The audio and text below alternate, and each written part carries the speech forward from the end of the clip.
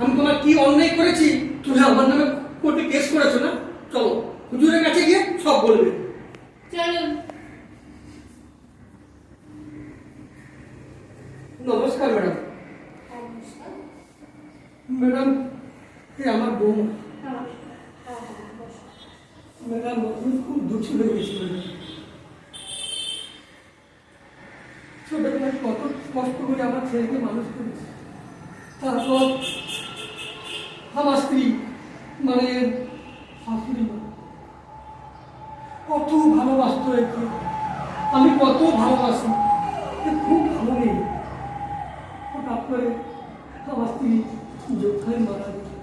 তখন ভাবলাম চলো যে যাবার তো চলেই গেছে, ছেলে বউ থাকবে, আনন্দ হাসি খুশি থাকবে। খুব ভালো মেয়ে, কত কত আনন্দ করতাম এনাকে নিয়ে।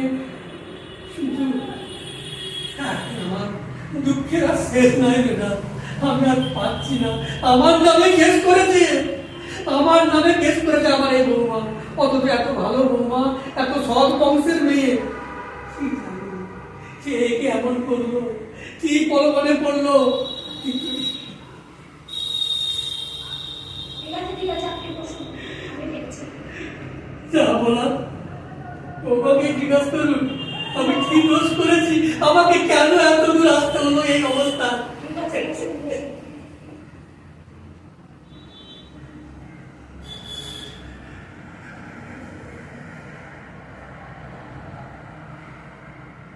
বলো।